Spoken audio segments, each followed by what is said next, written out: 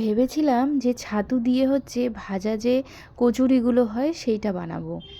তা হচ্ছে পরে দেখলাম ছাতুর পরিমাণটা খুব কম ছিল, মানে 1-2 চামচ ছিল, তো সেটার মধ্যে হতো না। তা আমি ভাবলাম যে আলুর কচুরি বানাবো। তা আলুর কচুরি বানাতে গিয়ে একটু এক্সপেরিমেন্ট করলাম, সেটা হচ্ছে ও ভুট্টা নিয়ে আসছিল। তা ভাবলাম আলু সেদ্ধ করার সময় ভুট্টাটাকেও প্রেসারে সেদ্ধ করি, লবণ দিয়ে একটু সেদ্ধ করেছি, খুব সুন্দর সেদ্ধ হয়েছে জানেন। তারপরে হচ্ছে আলুর পুরটার মধ্যে, আলু আর পেঁয়াজের পুরটার মধ্যে হচ্ছে একটু এই ভুট্টাটা যে বয়েল করছিলাম সেগুলোও দিয়েছি। মশলাটা খুব ভালো করে বানিয়ে এবার হচ্ছে লাল আটাটা মেখেছি। এমনি তো ময়দা দিয়ে বানানো যায়, কিন্তু আমি আটার মধ্যে হচ্ছে লবণ তেল দিয়ে ভালো করে মিক্স করে নিয়েছিলাম।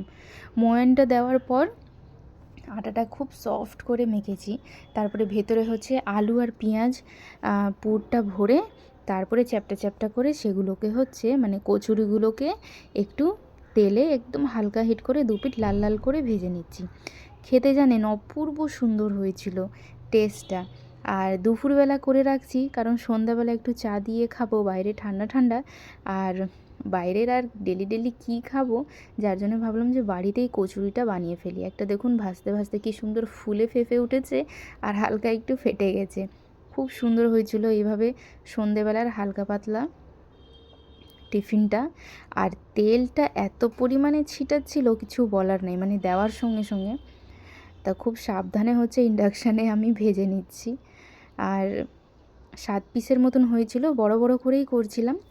আর লাল আটার তো যত ঠান্ডা হবে জিনিসটা সফট হবে, ময়দার আর করি নাই, কারণ ময়দার আর কি ঠান্ডা হওয়ার পর না একটু কেমন শক্ত হয়ে যায়। আর ময়দা আমরা বেশি খাইও না বাড়িতে, আমাদের হচ্ছে লাল আটাটাই বেশি খাওয়া হয়। দেখুন কী সুন্দর প্রথম ব্যাচটা নামিয়েছি, দ্বিতীয়টাও হয়ে এসেছে। প্রায় এক একটা ব্যাচ আমি 3টে করে ভেজেছি। তো এক একটা ব্যাচ ভাজতে গিয়ে ওই মিনিট 20-25 মতন লেগেছে, মানে আমি হালকা হিটে করছি যাতে ভালো করে সেদ্ধ হয়। দেখুন একটা টেস্ট করছিলাম, ভেতরটা কি সুন্দর হয়েছে। আর একটু ভাজা মশলাও দিয়েছি, যেটা আমি আলু চপে ব্যবহার করি। জিরে, গরম মশলা, শুকনো লঙ্কা আর হচ্ছে 5 ফোড়ন, এগুলোকে গুঁড়ো করে দিয়েছিলাম। দারুণ সুন্দর হয়েছিল।